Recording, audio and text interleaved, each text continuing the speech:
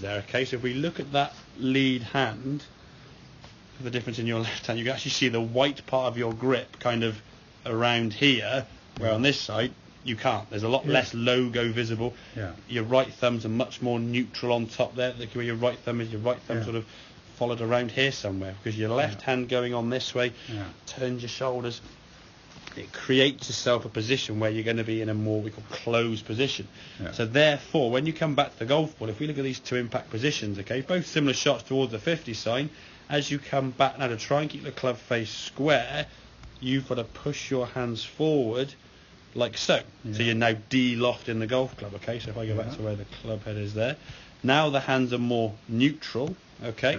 As we come back to the golf ball, we can return the club back to a much more vertical position, okay? And look at the angle of the golf ball coming off that club face. If we just track this ball here now, it kind of goes on that line there, okay? Not too high, whereas this one is going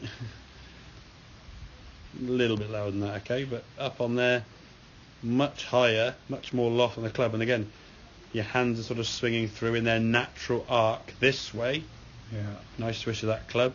Whereas here now, that right shoulder drops down, and the other knees are starting to go a little bit when you come to that ball there. Because if this shoulder's high, you've got to almost chase it. It's hard to get this out here, but when it's round here, it can just do that a lot more easy. So when it's up, the old stretching. Exactly. And that's why I said, and I've said to you in the past, you look when you're swinging your best, the clubs don't look short for you.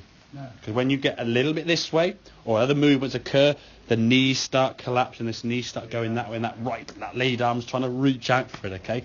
So just be aware of that grip. And that's with all clubs. I have a few full shots with the other clubs to see, but that with all the clubs, it'd be interesting to see if I can get the angle on this, what it actually... Let's have a look. We can get an angle on here. Because roughly speaking on here, your golf ball's coming off at 30, whereas on here, if I do it, I can get a little tiny magic device there to get the loft. There you go. So that one on the left hand side coming off at about 22 degrees. That club's got 44 degrees of loft. This one on the right hand side, it's coming more at sort of 30, and that could probably be a little bit more square. That's right there. So yeah, more sort of 31. So that's 9 degrees difference.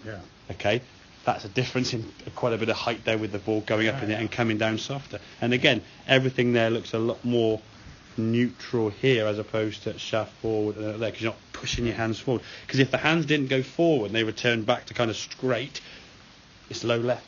You turn the club face that way, it's a big smother hook, okay? So always just check that. If that grip goes back to being a little bit strong, it's always worth it to have a sort of a screen grab, shall we say, of those two. This one's a tick, that one's a cross. All right, there you go. There's your good and your bad. All right, okay, good stuff.